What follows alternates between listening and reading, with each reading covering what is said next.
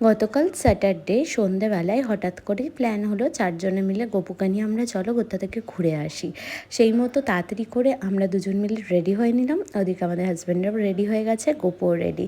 চলো এবার বেরিয়ে পড়া যাক। আর ওরা গাড়ি নিয়ে যখন এলো তারপর ডিসাইড হলো কোথায় যাওয়া যায়, কিন্তু গোপু বলে উঠলো যে আমাকে যেখানে নিয়ে যাবে সেখানে যেন আমি একটু খেলাধুলা করতে পারি।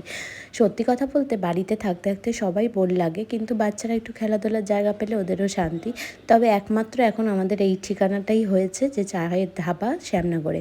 এইখানটায় এসে যেরকম বাচ্চাদের চিলড্রেন পার্ক রয়েছে তেমনি বসার জায়গাটাও অনেকটা, সিটিং এরিয়াটা ভীষণ বড়, আর সত্যি খোলামেলা পরিবেশটাও একটু দরকার। আর এই গরমের মধ্যে কোথাও গিয়ে তো আর শান্তি পাচ্ছি না, তাও খোলামেলা এই এরিয়াতে এসে একটু মনটা শান্ত হলো।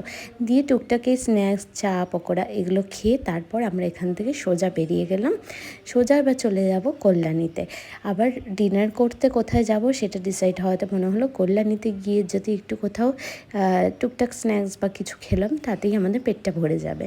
তো এদিক ওদিক ঘুরতে ঘুরতে বেশ মনটা ভালো যায়। আর এই ব্রিজ দিয়ে ওঠানামা করতে তখন দারুণ লাগে। ব্রিজের এই সত্যি কথা ভিউটা দারুণ লাগে, আর যেটা তোমাদের সাথে সবসময় শেয়ার করি। এই করতে করতে চলে এলাম কল্যাণীতে। আর কল্যাণীর এখানে এসে দেখলাম এক ভ্যান ভর্তি এক গুচ্ছ ভালোবাসা, যেটা না নিয়ে পারলাম না। তো সেটা নেওয়ার পর চলে এলাম ঢাকেশ্বরীতে। এইবার ঢাকেশ্বরীতে এসে এখানে খাওয়া দাওয়ার অর্ডার করলাম।